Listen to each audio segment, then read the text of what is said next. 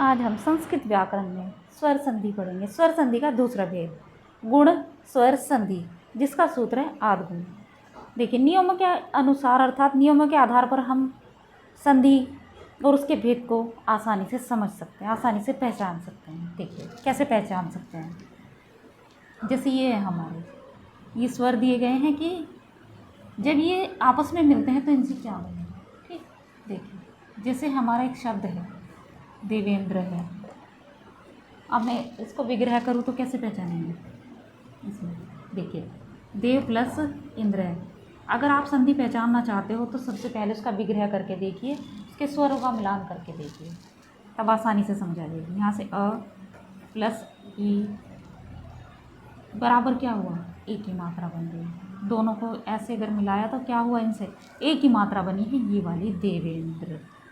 ठीक, और इसका अगर विग्रह किया तो यही ए की मात्रा ई में परिवर्तित हो गई। ठीक है, देखिए दूसरा रमेश है। रमेश से रमा प्लस ईश है, तो रमा का आ यहाँ से हमने लिया आ।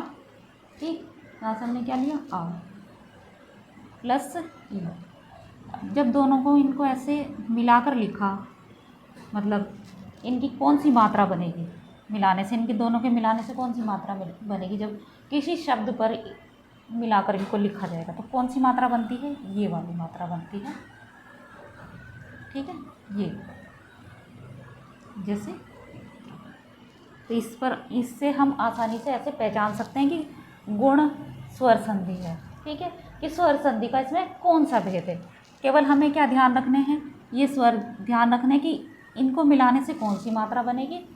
ठीक है, देखिए दूसरे नियम के आधार पर हम गुण स्वर संधि को कैसे पहचान सकते हैं। जैसे गंगो द गंगा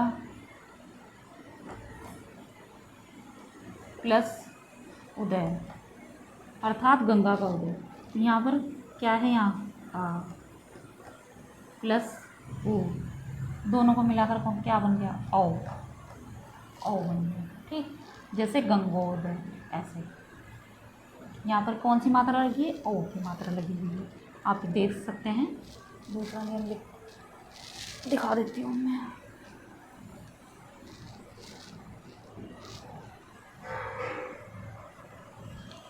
गंगो रिमी, दूसरा नियम आप देख सकते हैं, गंगोर में गंगा प्लस उर्मी। ठीक, तो यहाँ पर क्या है, आ प्लस बड़ा,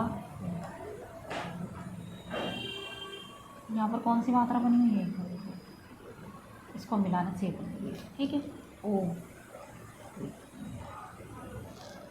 इन दोनों को मिलाने से क्या बनेगा, ओ बनेगा। क्या है ये, गंगोरवी। इस आधार पर भी हम आसानी से गुण स्वर संधि को पहचान सकते हैं। देखिए ये हमारा रह गया था स्वर, ये दोनों तो हमने देख लिए किस तरह से हम इनको आसानी से पहचान सकते हैं कि किसके मिलाने से कौन सा स्वर बनता है। ठीक, संधि विग्रह कर।